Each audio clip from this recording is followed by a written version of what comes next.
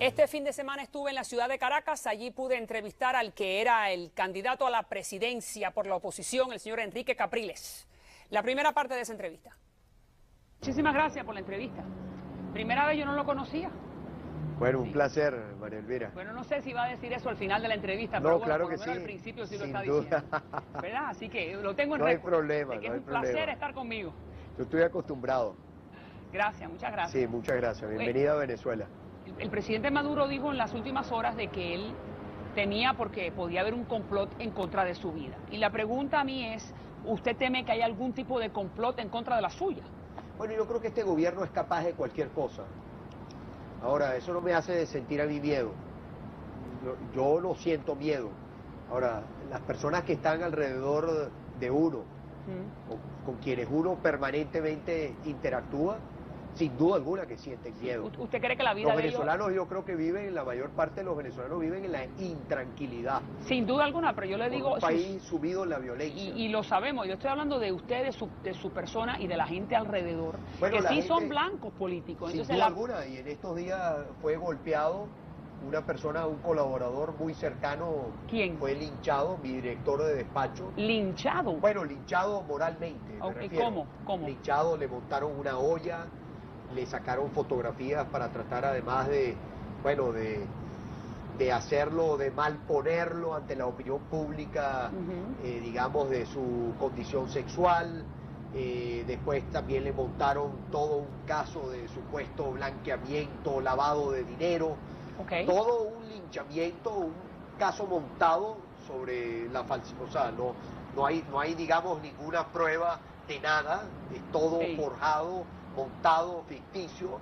Y bueno, nada más y nada menos era mi director del despacho, la persona que llevó en 2 oportunidades mi campaña como gobernador, una persona muy importante desde el punto de vista de la organización de esta alternativa democrática que estamos construyendo.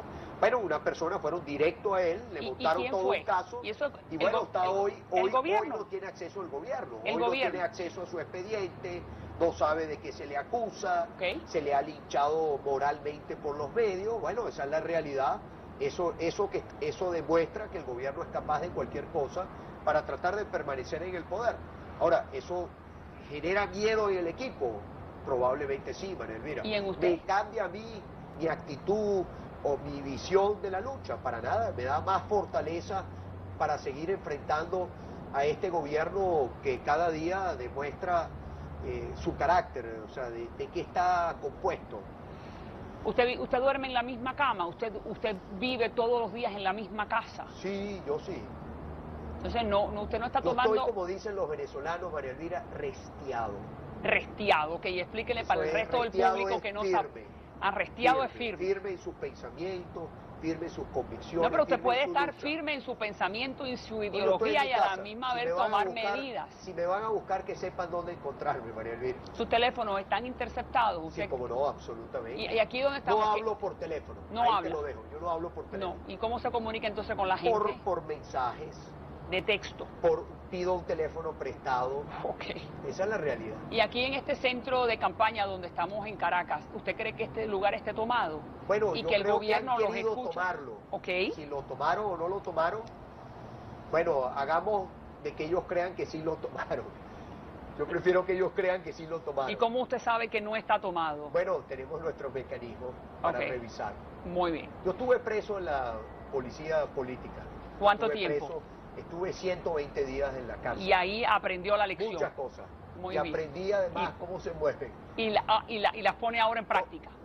Sin duda esas alguna, lecciones. Sin duda alguna. ¿Usted más, el que era director en ese momento de la policía política, hoy es el ministro del Interior.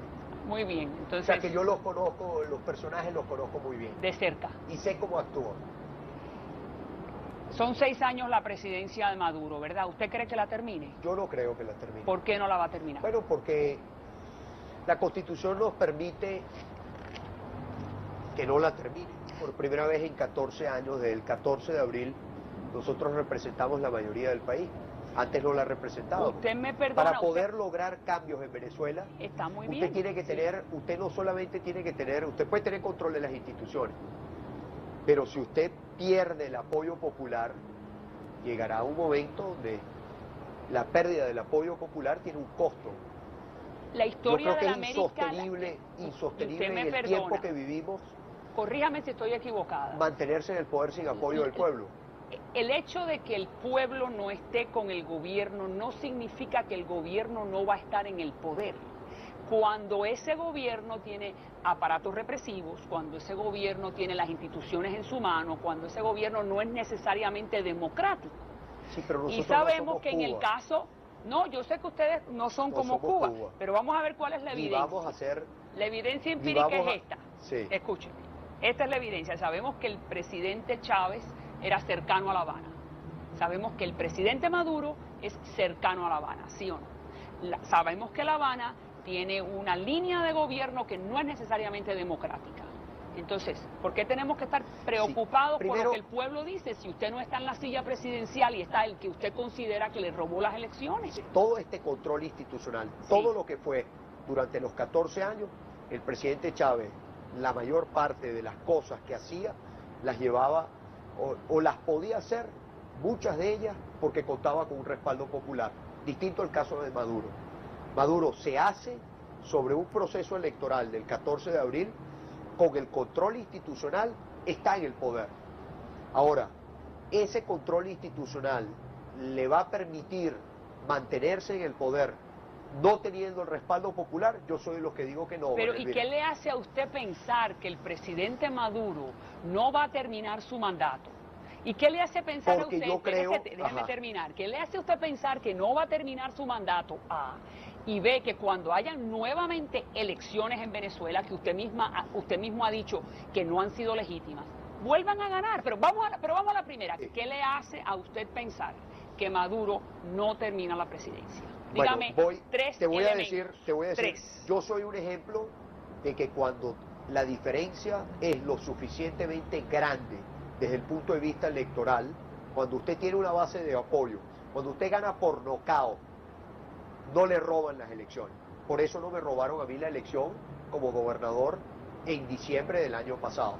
La diferencia frente al otro candidato, hoy por cierto canciller, fue tan clara que no hubo forma que me robaran la elección. No les quedó o sea, no hay forma, si usted tiene una base de apoyo. En Miranda, usted dice. En Miranda, correcto. El 14 de abril, el 14 de abril, María Elvira, la diferencia no fue lo abismal. Bien, como para que no se la pudieran robar. Exactamente. Bien, pero le pregunto, ahora, ¿qué estamos ahora? ¿se la robaron o no se la robaron? Sí se la robaron, sí se la robaron. Sí se la robaron, aunque pero ahora por 3 voy. votos. Pero es que ese es el reto que nosotros tenemos. Ese es claro, lo que te quiero decir es que el reto es, para poder ganar elecciones en Venezuela, María Elvira, tienes que hay que ganar 100 a 10. Es así, María Elvira. Okay. Esa es la realidad en la que estamos enfrentando los venezolanos. Esto es solamente el comienzo. Tengo más en el próximo segmento. No se vaya.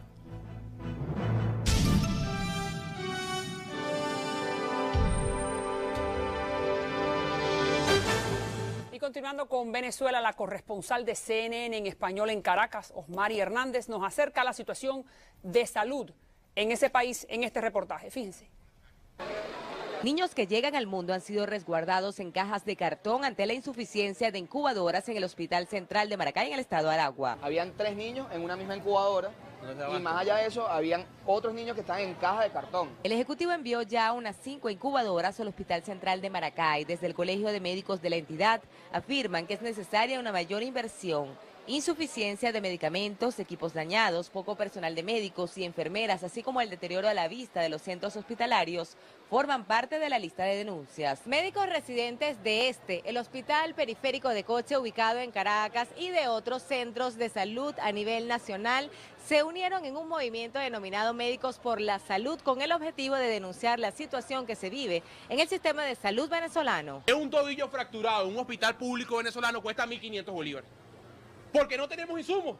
Entonces este padre que gana 2.400 bolívares, que es el sueldo mínimo, debe ir a la farmacia, comprar los insumos, traerlo a la emergencia para que a su hijo se le cure la fractura del tobillo. La salud pública en este país no es gratuita. Y ahí están las pruebas. Consideran que la falta de inversión y mantenimiento, así como corrupción mediante la desviación de recursos y de insumos en el sistema, son parte de las causas de la crisis hospitalaria. El gobierno venezolano creó un Consejo de Estado Mayor del sector salud para atender la situación. El presidente venezolano Nicolás Maduro aprobó 300 millones de bolívares para atender inicialmente 11 de los centros de salud, sumados a los 2.000 millones previamente aprobados para dotar de insumos a los hospitales. Para CNN, Osmaria Hernández, Caracas.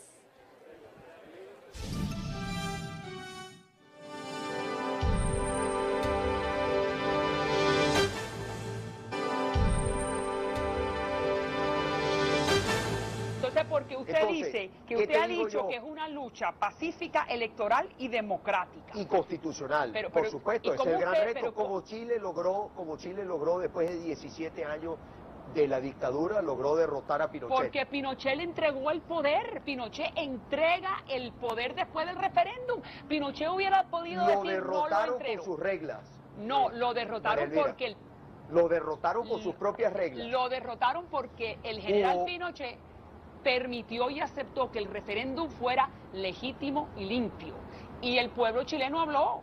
Y el pueblo chileno, como el pueblo venezolano, va a seguir hablando. 54 a 46, ¿no es así? Como el pueblo venezolano va a seguir hablando, María Elvira. Bueno, va a seguir en el futuro. Yo le estoy hablando del último abril. Por supuesto, el último abril, el resultado, que lo hemos dicho, se lo hemos dicho al mundo. Nosotros pedimos una auditoría, la auditoría no se hizo. Tú conoces la historia.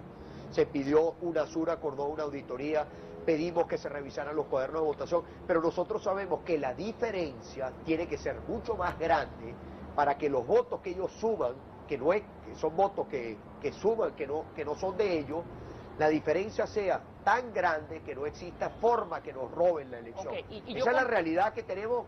Y entiendo lo que usted me dice, pero es lamentable. Es lamentable lo que me está diciendo, fíjese, déjeme ver si yo lo entendí. Esa es la realidad que tenemos en Venezuela. Pero es que esa es una realidad ahora, que no es ni pacífica, ni es democrática, ni es electoral. Esa es bueno, pero ese es el reto que nosotros hemos Yo asumido. lo comprendo, pero entonces, ¿cómo uno responde ante esa realidad lamentable? De que hay que ganar por mucho para que no te la roben. Que la base de apoyo crezca lo suficiente para imponer los cambios en Venezuela, porque yo no creo los cambios en forma violenta, María Elvira. No comparto la agenda de la violencia, no es mi idiosincrasia, no creo que con lo que se logra con violencia, en mi opinión, solamente se puede defender con violencia. El gran reto para mí, todo lo que hemos logrado en los últimos 14 meses, el último año y medio, nos ha permitido ser la fuerza que hoy somos. Antes no lo éramos. Y esa fuerza, si crece más, que es nuestra opinión, si esa fuerza adquiere la posibilidad de ser 60, 65% del país, claro, no habrá forma de que le roben la elección a los venezolanos. En la próxima. No en la próxima, ahí voy al escenario. Tú me dices, ¿por qué no 6 años? Vienen unas elecciones en diciembre. Yo he planteado que esas elecciones es una gran oportunidad que tenemos los venezolanos de expresarnos en las elecciones de alcalde, que van a ser el 8 de diciembre, donde nosotros ganemos ese proceso electoral en la votación nacional. ¿Y qué pasa si pasa lo mismo que pasó en abril? Ahí voy. Dígame. Yo creo que cada proceso electoral, cuando tú ves los resultados, cada vez nosotros estamos mejores en defender los votos, en defender la voluntad de nuestro pueblo. Ve los históricos, ve las elecciones, pero déjame terminar, María Elvira, que no me dejas terminar. Eso lo he oído en todo el proceso del chavismo, con todo respeto a los hermanos venezolanos. Perdóname. Yo sé que usted tiene las mejores intenciones. Todo lo contrario, no señor. Dígame. No estoy de acuerdo contigo. Dígame. Nosotros como oposición, enterramos las elecciones cuando el año 2005 decidimos no participar. Entonces no podemos decir que durante 14 años hicimos política. Porque lo peor es querer mentirnos a nosotros también mismos. Es verdad, pero en el año 2005 son del año 2006. Años, bueno. Tú dijiste en el año, fíjate tú, en el año 2005 dijiste que había que abstenerse. Y no participamos en el proceso electoral. No dije yo, pero bueno, ustedes decidieron. Se decidió. Sí, se decidió. Yo estaba preso en ese momento. Perdón, 2004 yo estaba preso. Primero fuimos al revocatorio, 2004.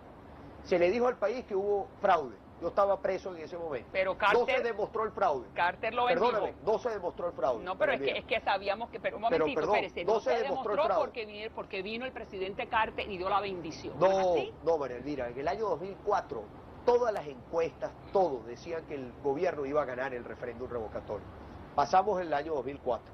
El año 2005 se dijo, hay que abstenerse, no ir a las elecciones parlamentarias. Que se le dijo al país que no ir a las elecciones parlamentarias, en 2 semanas el Congreso iba a estar deslegitimado y que el gobierno iba a estar fuera.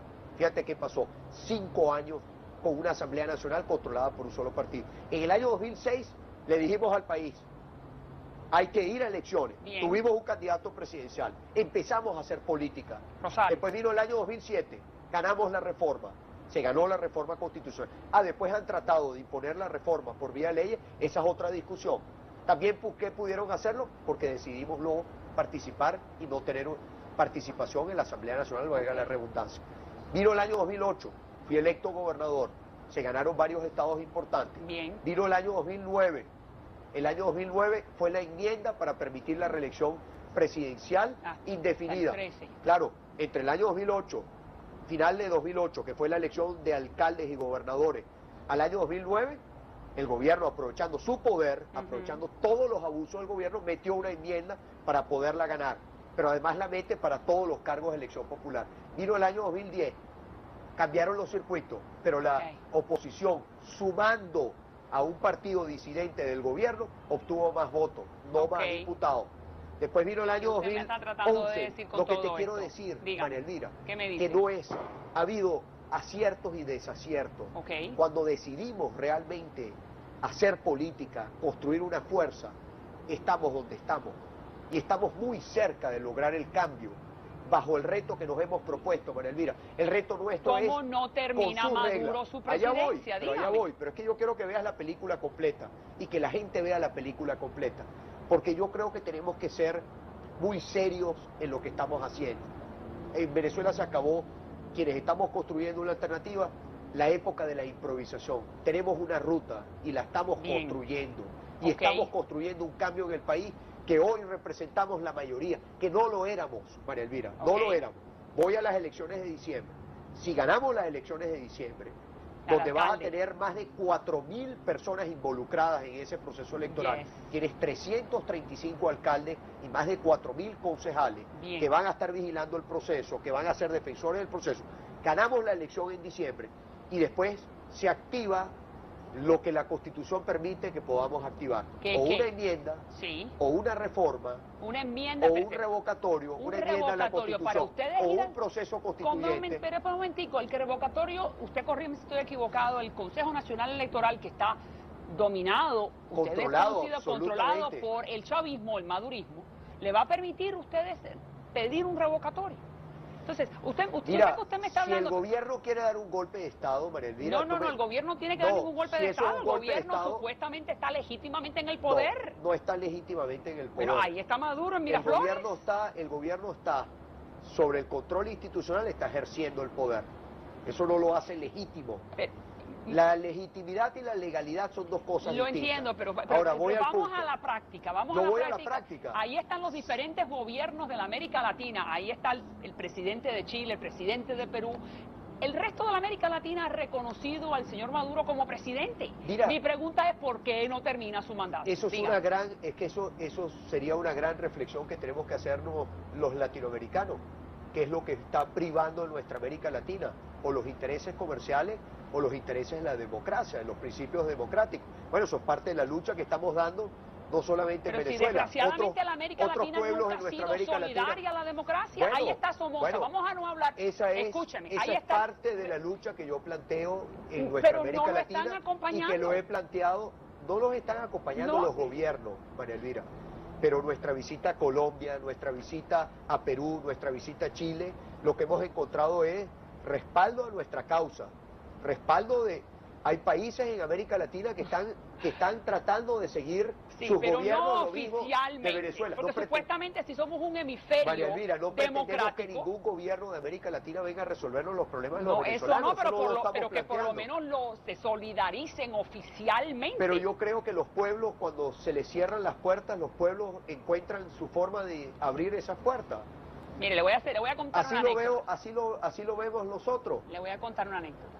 En 1989, cuando los 9 comandantes sandinistas permitieron las elecciones donde ganó la señora Violeta Chamorro. Sí, el comandante de la Revolución Cubana, Fidel Castro, le dijo a los comandantes en la víspera, ustedes están preparados a perder. Y le dice uno de los comandantes, pero ¿por qué usted dice eso, Fidel? Si tenemos la plaza llena, porque es que los pueblos se equivocan cuando dan elecciones. ¿Usted no cree que el chavismo entendió muy bien esa lección? Yo creo que la revolución de la que se hablaba, todavía se habla en nuestro país por los voceros del gobierno, mi opinión es que la revolución se acabó. Así lo veo yo. Que la revolución, ¿cuál revolución se acabó? La que inició, la que fue el presidente Chávez, la que encaró el presidente Chávez. Yo creo que se acabó. Yo creo que lo que tenemos son unos coletazos de lo que había. Pero tienen el poder, gobernador. Por ahora, María Elvira, por ahora. ¿Y usted considera? Por ahora. Muy bien, es por ahora. Y usted insiste en Lo que pasa es que yo quiero que los cambios en nuestro país no duren 48 horas. Yo creo que todo lo que está pasando en nuestro país le está dando la oportunidad. Yo logré, María Elvira, entre octubre y abril, que 800.000 venezolanos que votaron por el presidente Chávez en octubre votaran por mí en abril. Eso nunca había ocurrido. Es cierto. Eso es una señal clara. Las elecciones. Eso hubiese sido una señal, eso es una señal clara, María Elvira, de lo que está pasando en mi país, de lo que está pasando en Venezuela. Y continuamos con la entrevista que le hice la semana pasada al señor Enrique Capriles en Caracas. Esta vez comenzamos con su vida personal. Capriles es de origen judío. Su abuela es sobreviviente o fue sobreviviente del Holocausto y pasó años, 20 meses para ser más exacta, en los guetos de Varsovia. Para Capriles, esa abuela fue el ejemplo de tenacidad. Sus 4 bisabuelos murieron durante los tiempos de Hitler. Escuchemos cómo se emociona cuando habla de la abuela. Cuando usted habla de su abuela, ¿se emociona? Se me pone el corazón pequeñito. Ya se lo estoy viendo en los ojos. Sí, claro. ¿Y por qué? Bueno, porque fue ejemplo para mí, fue una referencia, fue una amiga, una persona muy cercana. Tuve la oportunidad de compartir hasta el año que murió en el 2003, yo nací en el 72, basta sacar la cuenta, tenía yo 31 años. ¿Y qué le enseña a la abuela? La abuela, todo, no odiar, muy importante, la abuela nunca contó lo negativo, sino más bien era la fuerza siempre de no guardar rencor a las personas. La abuela fue mi maestra. ¿Sobrevive su abuela? Mi abuela sobrevivió. El gueto de Varsovia. Al gueto de Varsovia. Estuvo 20 meses en un sótano para evitar ser asesinada. Esa es una historia de la casa. Y sin embargo el gobierno me acusa a mí de nazista, para que veas las profundas contradicciones que rodean este gobierno, lo débil del gobierno. Y bueno, eso se lleva aquí adentro, por eso tú me preguntas, el tiempo que yo estuve preso, cuando de repente sentía que no había, cuando tienes esa experiencia en la vida, tú sabes cuándo entras a la cárcel, pero nunca sabes cuándo vas a salir. Sales, claro. Y bueno, cada vez que había cuando los presos tienen un bajón en su estado de ánimo, cada vez que eso ocurría, yo pensaba en la abuela y recordaba los 20 meses que la abuela estuvo en un sótano para evitar ser asesinada solamente por el hecho de ser judía. Entonces, eso, por algún lado de mi cuerpo, eso está allí. Muy bien. De mi espíritu. ¿Y el espíritu de la abuela es el que le da ahora? El espíritu de la abuela me da la fortaleza, sin duda alguna. Para hablar así. Para hacerle frente a cosas como estas que estamos viviendo, a las persecuciones por las ideas, a las persecuciones por esto, pues, porque al final tú te das cuenta que la lucha que hay en Venezuela, María Elvira, no es, como te lo decía antes de iniciar la entrevista, no es una lucha entre la izquierda o la derecha, no es una lucha entre los privilegiados y los no privilegiados. Yo diría que es una lucha entre los que creemos que se puede estar mucho mejor y de quienes utilizan el poder para un beneficio personal y someten al país a esto, en la medida que nuestro pueblo sea más débil, en esa misma medida el gobierno se sostiene. A ver si yo soy una ilusa, Usted lo que me está diciendo es que tiene que pasar más tiempo para que... Espérese, déjeme construirle esta hipótesis a ver si estoy equivocada. Usted lo que me está diciendo es que tiene que pasar más tiempo para que el pueblo venezolano vea que el presidente Maduro y su gobierno no están haciendo las cosas como son. No y de esa manera entonces ese pueblo venezolano, de una manera abierta y sin ningún tipo de influencia, pueda decidir de que este gobierno ya no es el que me conviene. Y en las próximas elecciones o en algún momento ese pueblo se pueda pronunciar libremente, que el gobierno lo permita pronunciarse libremente, y entonces puedan ir a las urnas y votar por un Capriles. Eso es lo que usted me está diciendo. Los venezolanos organizados podemos defender nuestras elecciones. Pero no lo pudieron hacer en abril. Y tiene que haber una base de apoyo. Yo creo que si la base de apoyo, como te lo comentaba antes, ronda niveles de 60%, 65%, no hay forma que roben la elección. Porque yo creo que este gobierno... Pero esa es la parte que no entiendo, gobernador, usted me perdona. En un sistema democrático, yo comprendo que estamos... No estamos en un juego democrático. Okay. Entonces, si no estamos en un juego, entonces ahí mismo, si no estamos en un juego democrático, entonces explíqueme, ¿cómo entonces esa población que usted me dice que crece a favor suyo va a poder hablar y va a poder ser victorioso en algún momento si no estamos en un juego democrático? No entiendo entonces. Como gané las elecciones en diciembre. En Miranda. En Miranda. Ya. Me refiero de cobrarla. Abrumadoramente. Tiene Correcto. que ser una cosa apabullante. Esa es la realidad de lo que hay en nuestro país. Muy bien. ¿Y qué pasa? Hay un secuestro institucional. Sí, donde no le permiten al sin pueblo. embargo, cada venezolano puede ejercer su voto a que quieran cambiar las leyes a futuro o las reglas de juego a futuro para que el voto no sea directo. Eso puede pasar. Pero hoy, sí, si la base de apoyo es lo suficientemente grande y los venezolanos entendemos que tenemos que organizarnos y que tenemos que defender nuestro voto, que no es simplemente votar, sino es trabajar toda la organización para que ese voto no lo puedan cambiar, no se pueda cambiar la realidad, y la base de apoyo es lo suficientemente grande, las elecciones no hay forma que el gobierno se las robe. Eso es lo que yo quiero que tengas claro, María Elvira. El resultado de abril, el 14 de abril, fue un resultado de 4 o 5 puntos que habrá sido la diferencia en términos porcentuales. Que no es suficiente. Que no es suficiente para cobrar una elección en Venezuela. Esa es la realidad que tenemos. Y le entendí, esa parte se la entendí. Y se lo hemos dicho al país, se lo hemos dicho al mundo. Pero entonces, ¿qué pasa si, por eso que usted me está diciendo que es muy legítimo, pero espérese, déjeme darle otro ejemplo, que entonces esos 5 puntos se convierten en 30 puntos. Es correcto. Y ahora es 70-30. Es correcto. ¿Y qué le hace pensar a ustedes que las mismas personas que tienen el poder institucional y que tienen todos los organismos del Estado en la mano, que vamos a decir que es el chavismo, van a diseñar algún tipo de método para que sea 70-30 igual golpe no de gane? Estado, María Elvira. ¿Cómo que golpe de Estado? Golpe de Estado. ¿Quién va a dar el golpe de Estado? El golpe de Estado del gobierno. Que el gobierno se dé un autogolpe y pretenda el gobierno, sobre la base de una diferencia tan de 70-30, clara, vamos que no tengan forma de robársela. Okay. Y sobre la base, como fue el caso, te pongo como ejemplo, mi propio ejemplo, en Miranda. No hay forma de robarse la elección, y pretender robársela colocaría la situación en un golpe de Estado. La posición entonces en que está el venezolano común y corriente, que piensa que solamente con ejercer su voto, ya ese voto va a ser respetado. No es suficiente. Pero ok, entonces la oposición esa que usted encabeza en este momento es una oposición que ya está fatigada. Usted mismo ha dicho... Fatigada no. Usted mismo ha dicho de que la gente que quiere organizarse no se puede ir para la playa los fines de semana.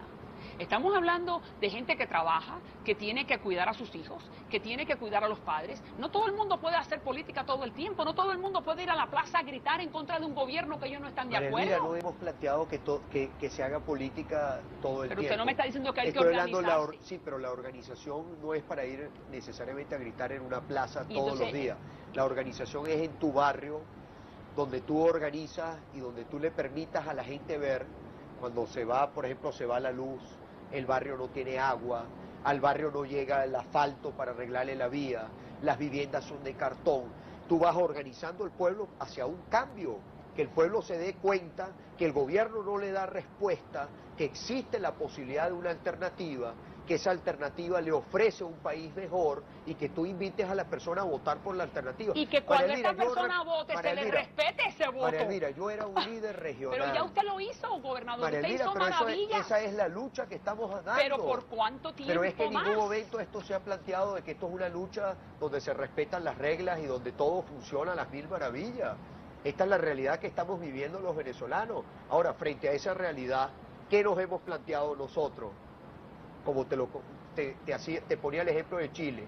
Chile se sometió, el país fue a un plebiscito, utilizando las reglas de Pinochet, utilizando el... No, permiso, un momentico. El tiempo en televisión... Pinochet calcula mal, como calculan mal los sandinistas. Pinochet calcula mal. Pinochet da el plebiscito porque él considera que él va a ganarlo, y cuando se da cuenta de su realidad no tiene le más, quedó más remedio, correcto, igualito es el gobierno, no, momento, igualito es el Venezuela. No, eso no es cierto, usted me perdona. ¿Cómo que no? Porque cuando se dan cuenta, por lo que usted me está diciendo en esta última elección, donde usted me dice que usted ganó por unos cuantos van a puntos, tener entonces que tendrían que cambiar la forma de elección, tendría que cambiar el sistema. Usted no puede comparar, gobernador, usted no puede comparar, con todo respeto, lo que ocurrió en Nicaragua con los sandinistas y lo que ocurrió en Chile con Pinochet, porque las reglas fueron claras y fueron establecidas. Se cuentan los votos y el que gana, gana. Usted me está diciendo que igualito, en este ejemplo no. Igualito. Aquí ganó usted y no le dieron... Aquí igualito, María Elvira. Dígame. Aquí el problema es que se cuentan los votos, pero hay centros de votación donde por vía de violencia ellos controlan. Esos centros de votación sabemos cuáles son. Hay centros de votación donde hemos dicho que votan muertos. A raíz de nuestras denuncias han depurado el registro electoral. Nosotros estamos en una lucha permanente para que cuando se cuenten los votos, la base de apoyo que tengamos sea tan grande que los votos que ellos roban o los centros de votación que ellos controlan, no exista forma de que ellos puedan mostrar un resultado a su favor, sino el resultado es a nuestro favor. Pero ese es el reto, María Elvira. ¿Usted quiere que yo le diga? Yo lo veo un poco iluso. ¿Iluso ¿Sabe no? por qué? Le voy a decir por qué. ¿Por qué lo veo iluso? Porque detrás del gobierno de Chávez, pero usted me va a decir si también detrás del gobierno de Maduro, hay un aparato represivo que es el aparato cubano, que no hay que decirlo porque todos los hermanos latinoamericanos lo saben. Detrás del gobierno de Chávez, ilustrándolo cómo es que se mantiene el poder, está la inteligencia cubana. Supuestamente usted me dijo que en este país hay cerca de 30.000 efectivos cubanos, entre inteligencia, militares, asesores de médicos y deportistas. Usted me va a decir a mí y hemos conversado, de que La Habana vive de las donaciones de los 4.000 millones de dólares que le envía el pueblo venezolano a través de su petróleo a Cuba. Usted me va a decir a mí de que Cuba y el gobierno de Raúl Castro va a permitir que... Yo creo que tú le estás dando una fuerza al régimen cubano que hoy día no tiene. Pero es que no hay que darle fuerza. No tiene hoy la fuerza. El régimen cubano o el régimen de Raúl Castro sigue en el poder. Los cubanos siguen subiéndose en balsas para irse a las costas de la Florida. Los venezolanos siguen agarrando el avión para irse para Houston. Con todo respeto, yo creo que el régimen cubano está mucho más cerca de Cuba, de un cambio, de lo que tú crees. Yo pienso que lo que hoy mantiene... ¿Qué significa cambio? Yo pienso ¿Perder cambio, el poder? Abrir, va a tener que abrir. No, pero va a tener que abrir y perder el... Puede ser perder el poder, pero bueno, puede ser perder el poder, porque yo creo que hoy ese régimen cubano, ese gobierno cubano, se mantiene principalmente por los recursos que nuestro país, Venezuela, le da. Es correcto. Yo creo que un cambio de gobierno en Venezuela, que el régimen cubano no va a poder evitar, porque no tiene la fuerza para evitarlo. Pero lo evitó en abril, Capriles. No, lo evitó. Señor, María Elvira, ¿Cuánto ayudó el gobierno cubano con su inteligencia? Mira, yo creo que en abril, si tú me hubieses hecho esta entrevista a mí en marzo, probablemente tú me hubieses entrevistado y tú hubieses creído, ni siquiera por un tema de control institucional, que era imposible ganar las elecciones en abril. La mayor parte de los venezolanos creyeron, después de la muerte del presidente Chávez el 5 de marzo, pensaba que era imposible ganar las elecciones el 14 de abril. Yo asumí una lucha el 10 de marzo, prácticamente contracorriente, contra todo. Con eso? Y se logró un cambio el 14 de abril, que sorprendió a muchas personas. Muchas personas no daban como posible la posibilidad de un cambio. Bien. ¿Qué le he dicho yo al país? Que para poder cobrar ese cambio que sorprendió a muchas personas, es necesario que haya más gente, más fuerza. No es suficiente la fuerza que logramos el 14 de abril, tiene que ser mayor.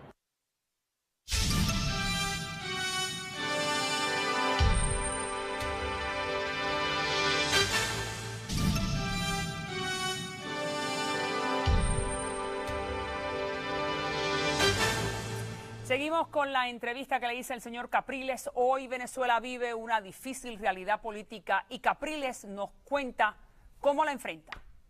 Adelante. Esa mitad que votó por usted es una mitad que se ha sentido burlada y considera que la oposición encabezada por usted en este momento, en esta coyuntura histórica que acaba de pasar en abril, no levantaron la voz y defendieron su voto. Hay miles y miles de venezolanos que confiaban en que Capriles iba a ser presidente y que si no llegaba a ser presidente, iba a haber una acción por parte suya. Usted es el líder. Estamos ejerciendo con las armas que tenemos, que son votos, leyes, nuestra constitución, con lo que tenemos. Somos pacíficos. Con las armas que tenemos, con esas armas es que hemos planteado derrotar un gobierno como el que tenemos. Yo creo que lo podemos derrotar, sí. Tú pensarás que es ingenuo, que somos ingenuos. Bueno, ese es tu pensamiento, María Elvira. De repente venezolanos que votaron por usted. De otras personas que creen. Bueno, respetamos su forma de pensar. Creo que nunca los hemos engañado. Cuando yo le planteé al país el 10 de marzo que asumíamos la candidatura de todas las fuerzas en la unidad, le dijimos, vamos a luchar contra esto, que se contara voto a voto. Maduro también lo aceptó. Después negaron la auditoría. ¿Quién la negó? La negó el Consejo Nacional Electoral. ¿Y quién controla Hicieron el un Consejo? parapeto de auditoría frente a los venezolanos y frente al mundo. Allí quedó ese proceso electoral. Sí, se burlaron. Ahora, ¿cómo podemos cobrar nosotros esa burla? Dígame. En las elecciones que vienen, en las elecciones de diciembre, en los procesos electorales adicionales que nosotros convoquemos. Así es que podemos ganar esta batalla. Esto es una batalla. Ahora, es una batalla de los demócratas frente a los no demócratas. Ese es el reto que hemos asumido. Sí. Si alguna persona tiene de repente alguna idea de que crea que por una aventura, un atajo, va a lograrse un cambio, yo le digo, yo no lo veo por allí. Yo creo que lo peor que le puede pasar a nuestro país son las aventuras, son los escenarios de golpes militares, son los escenarios de fuerza, de violencia. Usted no contempla que en la América Latina la evidencia y la historia indica que ningún gobierno de corte Habana o de corte comunista o socialista o leninista, como usted le quiera llamar, ha entregado el poder. Ninguno. El único fue Nicaragua con los sandinistas. ¿Y por qué? Porque la comunidad internacional lo obligó a hacer elecciones, que es cuando le digo de la anécdota de Fidel Castro, le dice, muchachos, ustedes están preparados para perder. Los sandinistas nunca pensaron que iban a perder, por eso dan elecciones transparentes. Entonces, por eso le digo yo, ¿qué le hace pensar a usted que el gobierno de Chávez, 20 años después, con el mismo maestro y con el mismo libreto, va a permitir en el 2013, en el 2017, en el 2045, entregar el poder? La fuerza que hoy representamos no va a permitir, la fuerza que no tiene armas, siendo mayoría, que no éramos mayoría, no va a permitir que el gobierno pretenda, sobre la base de esa mayoría, desconocer la opinión de la mayoría. Esa es mi visión de este proceso. Por eso estoy ejerciendo la gobernación del Estado Miranda. No fue porque me regalaron las elecciones. No, usted ganó abrumadoramente. Tuve que ganar abrumadoramente para que no existiera forma de que me robaran la elección. Y por poco se la quitan. Igual fue, sin duda alguna, igual es el planteamiento post 14 de abril. En Venezuela la única forma de ganar elecciones es que la diferencia sea lo suficientemente grande para que no se la puedan robar. Y yo sigo diciéndole, qué tristeza. Bueno, esa es la realidad. Qué tristeza. Esa es la realidad que estamos viviendo los venezolanos y también es una realidad que nos debería llamar a la reflexión en nuestra América Latina. Y por eso yo digo que la responsabilidad que tenemos en Venezuela es levantar las banderas de la democracia en otros países que van hacia allá. La América Latina, mi querido señor, usted fue a Chile y Piñera, que es de derecha, no lo recibió en el Palacio oficialmente y fue a Perú Y Ollanta Humala, que es de izquierda, tampoco lo aceptó. ¿Por qué? Porque hay miedo a la izquierda interna que no forme un problema. A mí la verdad que el tema si es en el Palacio Presidencial o no es el Palacio Presidencial, eso me tiene sin cuidado. Tampoco pretendo que ningún gobierno de América Latina cambie la realidad de Venezuela. Lo que sí es importante es que en América Latina los procesos de votación sean transparentes. Los intereses económicos están por encima de los principios democráticos. Eso es lo que hemos visto en América Latina. Ahora, ¿cuál es el reto que tenemos nosotros desde Venezuela y otros, digamos, organizaciones y los pueblos de nuestra América Latina?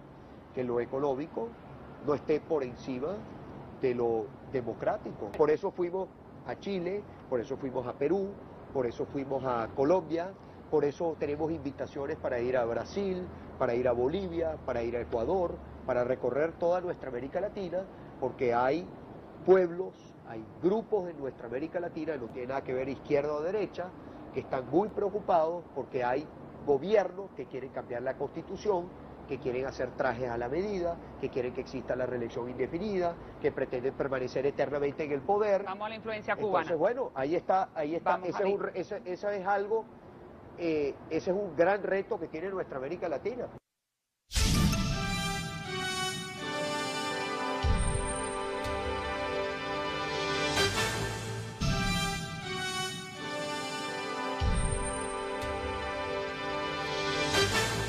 El gobernador Capriles nos cuenta que durante todos estos años las fuerzas del chavismo lo han atacado con la intención de desacreditarlo. Y recuerda el cierre del canal Globovisión, que era un arma mediática en la que se apoyaba para sus campañas. También nos dice que le han lanzado improperios y ofensas personales para disminuir su fuerza política y tratar de dañar su moral.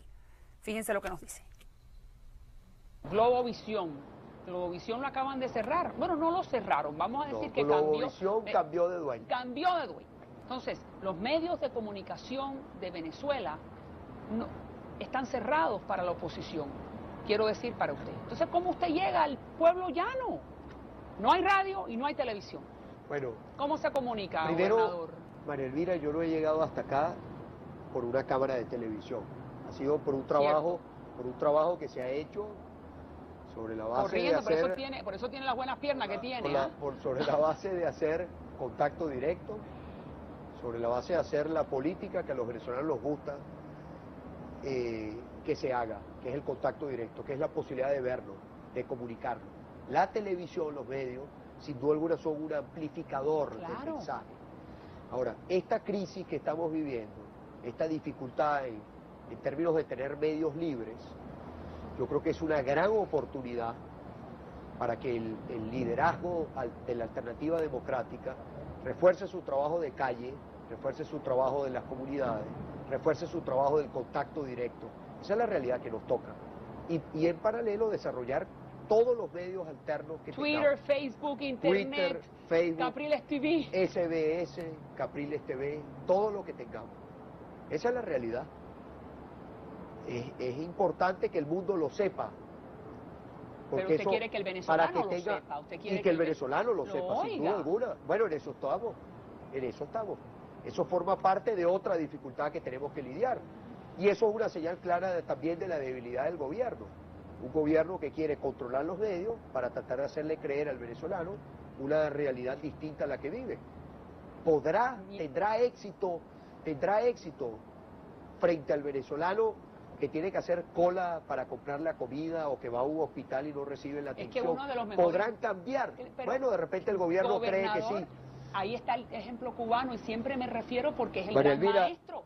Espérese, Cuba el gobierno... y Venezuela son dos realidades distintas. Pero le voy a dar una el régimen realidad cubano, similar.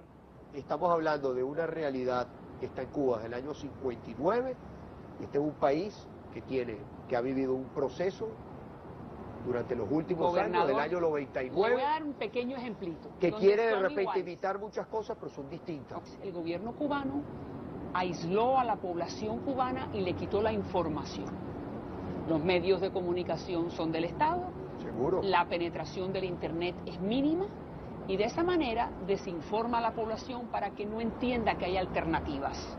¿Usted no cree que Venezuela va en el mismo camino? Yo creo que el gobierno venezolano quisiera llegar a eso, Cada venezolano Perfecto. puede tener un acceso, de repente, bueno, eso va por un tema del poder adquisitivo. Claro. Las personas que no tienen recursos no tienen acceso, no tienen un teléfono inteligente para tener, digamos, Texting. acceso a tener Twitter o Twitter. Facebook en su teléfono, porque eso tiene un costo mayor. Claro. Entonces, bueno, ahí está el gran reto que nosotros tenemos, María Elvira. Es el gran reto, que los medios internacionales no los dejen solos, que podamos mantener la prensa, que da prensa escrita, combativa, que siga informando con libertad, que el gobierno también quiera hacer que quiebre, que se quede sin papel. Que no le Bueno, den tinta. volveremos a los grafitis, volveremos a los panfletos, estaremos en las calles, haremos concentraciones. Bueno, es el gran reto que tenemos. Usted ha sido muy respetuoso, usted siempre es muy respetuoso con el chavismo. Nosotros vimos cómo Chávez lo insultaba a usted personalmente, a su persona, y le voy a dar una cita. Pedro Carreño, que es uno de los diputados, dijo, que es un diputado socialista, le dijo a usted, acepte el debate, María. Se lo dijo de frente. ¿Usted no le ofende eso? A mí para nada. ¿Y por qué no? Me parece penoso frente a la gente.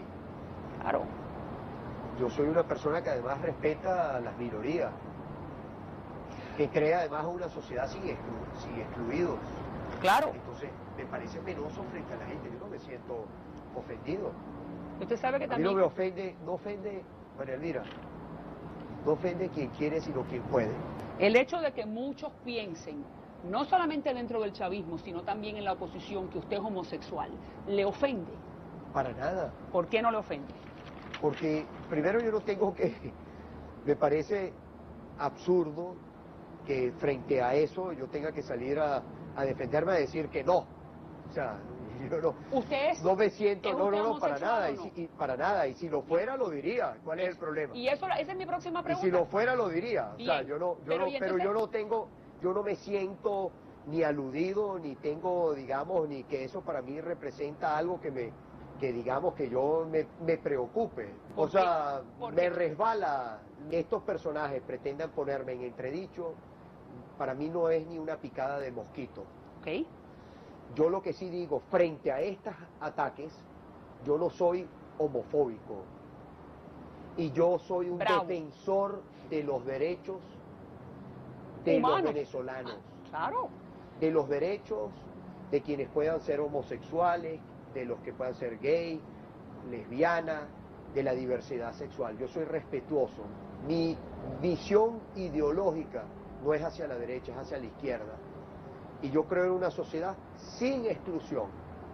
Y a mí me parece que estos señalamientos lo que demuestran es una profunda debilidad de quien los hace.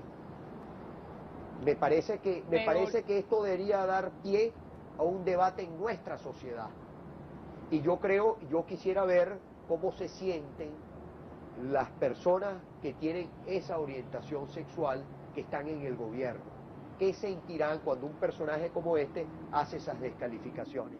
Te me han dicho cualquier cosa, te me han dicho eso, han dicho que soy drogadicto, cualquier cosa. Bien. Eso me descoloca a mí, o me hace perder mi objetivo, o me hace sentirme mal. Para nada, Y- absolutamente. Más bien, vamos a debatir lo que quieran debatir. Y usted está casado entonces con la política. Yo todavía Usted- oye, ¿qué quiero yo más? ¿Tener mi familia? Por supuesto que la quiero tener. Tengo un padre y una madre que tienen 40 y... Se casaron en el año 69, van para 44 años de unión. O sea, eso Y dicen, eso ¿dónde es mi están los- ejemplo. dónde están los Lo que nietos, quiero no? tener mis hijos también, por supuesto, pero he dedicado mi vida a servir a los demás. ¿En qué tiempo me puedo No. yo casar ahora y tener una familia normal? ¿En qué tiempo? ¿Qué Pero- mujer se cala en que yo trabaje de lunes a lunes? No, pero es que usted Esa está, es usted una está- realidad. Usted está muy buen mozo. Muchas gracias. Estoy Y tú segura también. que novia. No, Ajá, lástima. gracias. Es que yo tengo maquillaje, Ah, sí. candidato. Usted está muy buen mozo. Muchas gracias. ¿Cuántas novias no quisieran estar en esa posición independientemente de las horas que usted trabaje? Sí, pero las cosas no es una vida. Claro. Una vida ya. No es algo para que sea temporal. Yo sé que usted piensa que usted no puede en este momento constituir una familia. Yo siento que mi vida está tan volcada a lo que hago, al servicio público, que mi vida personal ha quedado a un lado. ¿Cuánto tiempo? Y así lo asumo. ¿Cuánto tiempo más va a ser eso así? Solo Dios lo sabe. Yo espero que no sea mucho tiempo más. No quiero ser abuelo, quiero ser padre. No quiero pasar directo a ser abuelo. Cientos de miles de sus compatriotas, de los hermanos venezolanos, que es mi público. Yo quiero que usted le dé un mensaje. Mucha de esa gente se fueron a Miami o se fueron a Houston, se fueron a los Estados Unidos porque piensan que aquí ya no hay más nada que hacer. ¿Usted qué le dice a ellos? Ellos saben que yo los estoy esperando aquí, que los estamos esperando aquí. No hay condiciones de vida para ellos, ni condiciones económicas, ni condiciones políticas. Mira, yo voy a ir, está previsto que haga un viaje a la Florida, especialmente para encontrarme con muchos de nuestros hermanos venezolanos que están allá, que no se fueron de aquí, huyendo digamos, de la justicia, o como el gobierno venezolano ha tratado de hacer creer, que son unos corruptos, se fueron buscando oportunidades. No tenían oportunidades aquí y encontraron oportunidades en otros lados. No solamente el caso de los Estados Unidos, sino en otros países, como encontré venezolanos en Colombia, en Perú, en Chile, de los países que he tenido la posibilidad de visitar. Aquí vamos a luchar para que regresen. Nosotros queremos que regresen. Yo siempre les digo que yo me los imagino, yo, estando en Maiquetía o estando en La Guaira, me los imagino ahí, a todos regresando. Tengo muchos amigos que viven fuera, que se fueron buscando oportunidades. Yo más que nadie quiero que vuelvan, más que nadie.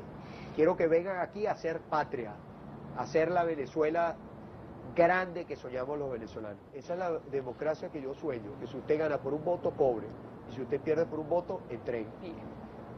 Esa será la Venezuela que viene. Le agradecemos muchísimo. Muchas gracias. Está tan contento ahora al final de verme como al principio. A mí me gusta el guanteo. Gracias. El guanteo. El guanteo. Yo no sé qué es eso. Bueno, eso es como el boxeo, Gracias. Golpe de un lado, golpe del otro. Que Dios lo bendiga. Muchas gracias. Y que Venezuela gane. Muchas gracias nuevamente. Muchas gracias.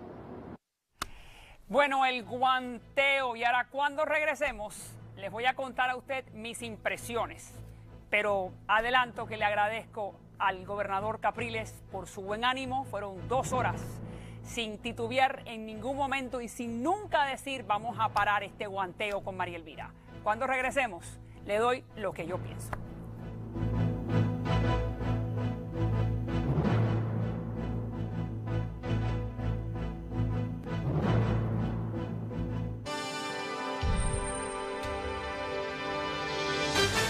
Y antes de terminar, le quiero dar las gracias al gobernador Capriles porque nos recibió con una sonrisa y nos despidió con una sonrisa.